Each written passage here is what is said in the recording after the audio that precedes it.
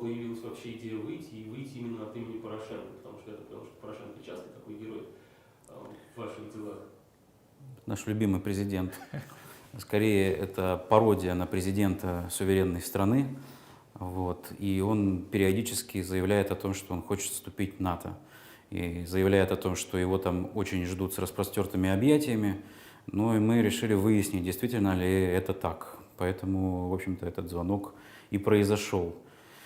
Вот. Ну а последние события, которые обстоят в эти дни, они как раз-таки показывают нам на то, что у него связи с реальностью нет.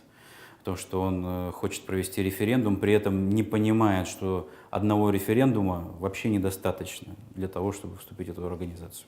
Ну, я так понял, что вопросы про то, что вопрос Украины рассматривается, он больше как таким вопросом, ответом вежливости, наверное, больше был. Ну да, потому что мы изначально спросили, то есть вы знаете, что наши американские друзья говорят, что якобы за буквально там 2 года Украина пройдет там все вот эти инстанции и готова будет вступить в НАТО. Вот на что он сказал, ну это какой-то бред, наверное, и вообще, то есть для этого необходимо провести пакет реформ. То есть вы плохо боретесь с коррупцией до сих пор, там у вас огромные проблемы в судебной системе и прочее, прочее. То есть чтобы лишь для того, чтобы подать заявку, вы должны, пройдут еще годы и годы. И также вступление в НАТО должны одобрить все члены Альянса, все 28 стран.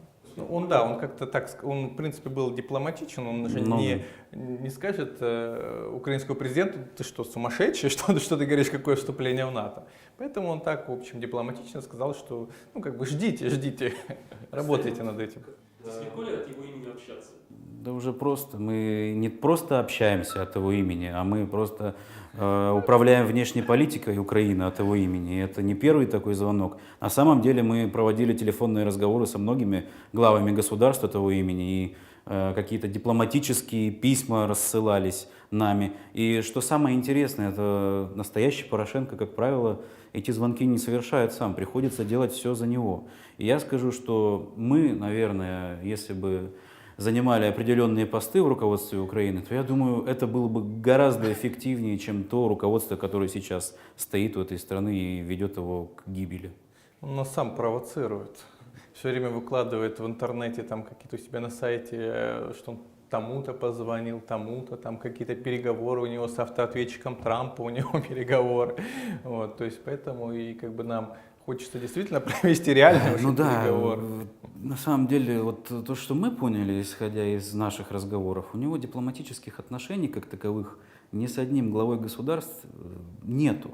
Они находятся на таком низком уровне, что нам приходится разгребать вот эти пробелы в его внешней политике. И, честно говоря, мы устали от этого. И я думаю, что президент Украины хотя бы должен оценить наши, скажем так, начинания.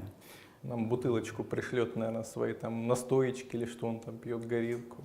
Но я думаю, что даже генсек НАТО обрадовался, что вот этот Порошенко не стал требовать у него денег на какие-нибудь свои реформы, там еще что-то.